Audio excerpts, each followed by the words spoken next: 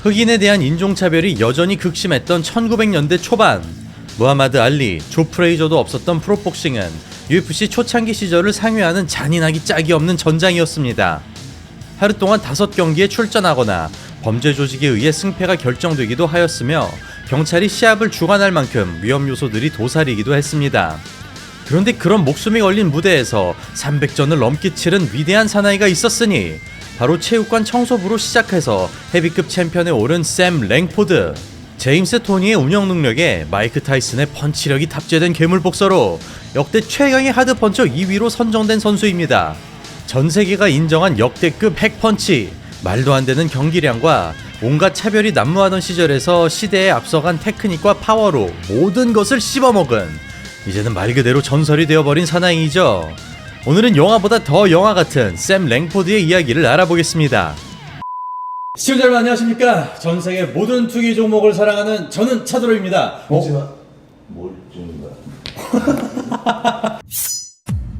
제1장 야만의 시대. 기원전 688년 고대 올림픽 종목으로 채택된 복싱은 기원전 3000년경 복싱을 묘사한 벽화가 발견될 만큼 기나긴 역사를 자랑하지만 대중적인 스포츠로 자리 잡은 것은 18세기 초 영국이었습니다. 그런 18세기 복싱은 지금의 모습과 판이하게 달랐으니 당시에는 규칙도 체급도 장비도 체계화되지 않았으며 노동자 계급의 선수들이 도박판에서 싸우는 게 대부분이었기 때문에 도저히 스포츠라고 볼 수가 없었는데요. 밴디지도 없이 맨손으로 싸우거나 레슬링이나 박치기 같은 위험천만한 기술들이 허용되었으며 라운드 제한 없이 몇 시간씩 싸우는 경우도 있다 보니 불구가 되거나 사망자가 나오기도 했습니다.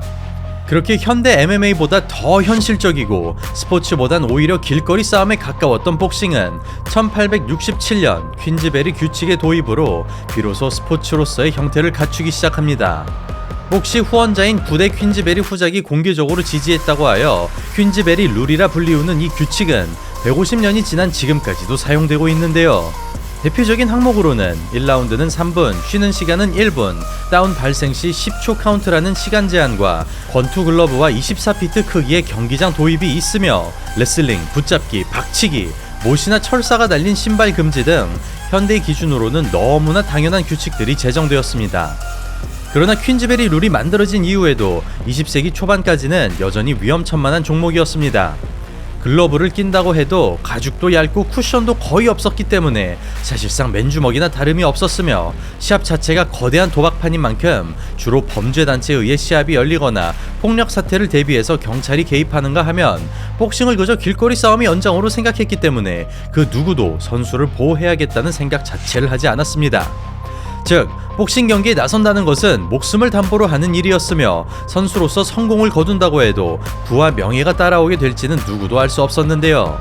대표적으로 역사상 최초의 흑인 헤비급 챔피언 잭 존슨의 경우 그의 등장으로 프로복싱이 세계적으로 퍼지는 계기가 되었으나 막상 존슨은 흑인이라는 이유로 수많은 비난과 인종차별을 겪어야 했습니다. 제2장 체육관 정소부. 샘 랭포드는 퀸즈베리 룰이 정립되기 시작했던 1886년 캐나다 노바스코샤주 웨이머스 폴스라는 작은 마을에서 태어났습니다.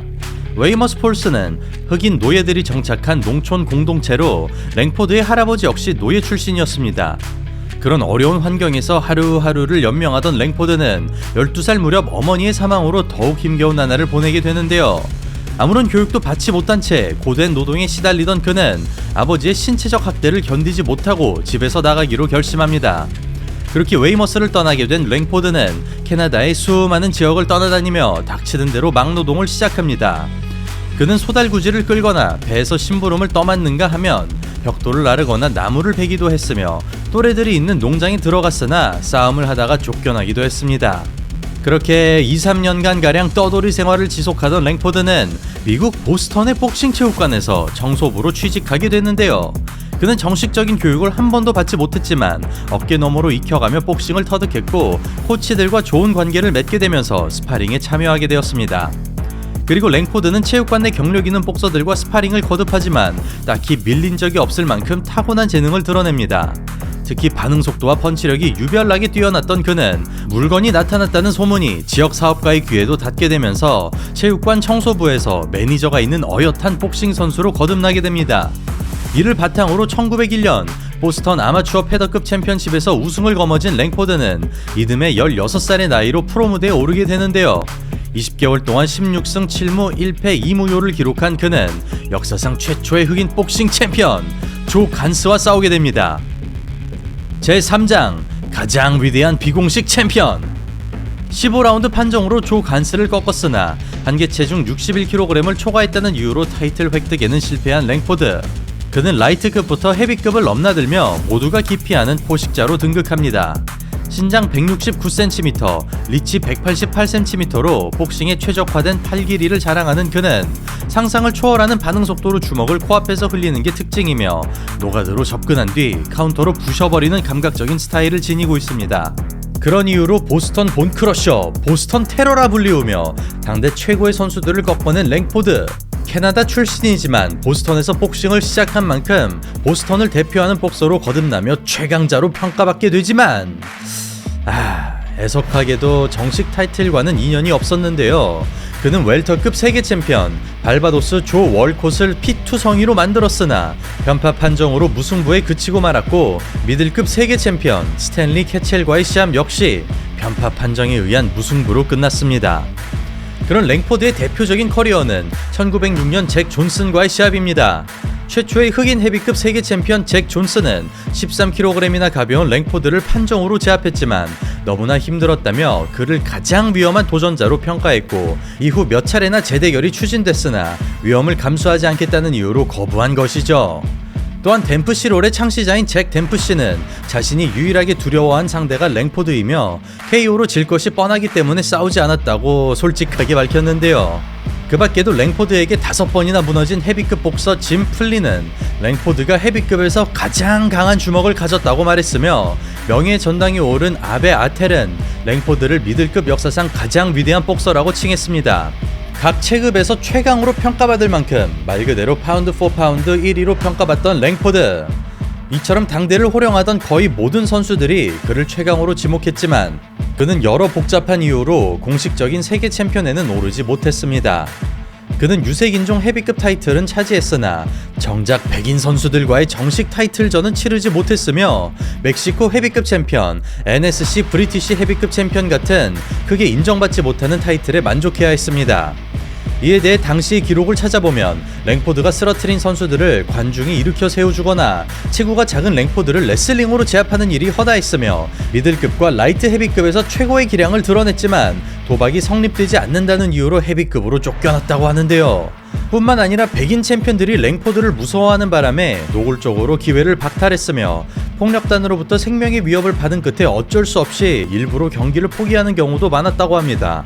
참고로 승부 조작에 대한 일화로는 최소 7라운드까지는 KO시키지 말라는 협박을 받은 랭포드가 실제로 7라운드까지 시간을 끌었으나 기차 출발 시간이 다가왔고 8라운드 시작과 동시에 한 방으로 끝낸 다음 전속력으로 달려가서 기차를 탔다고 합니다.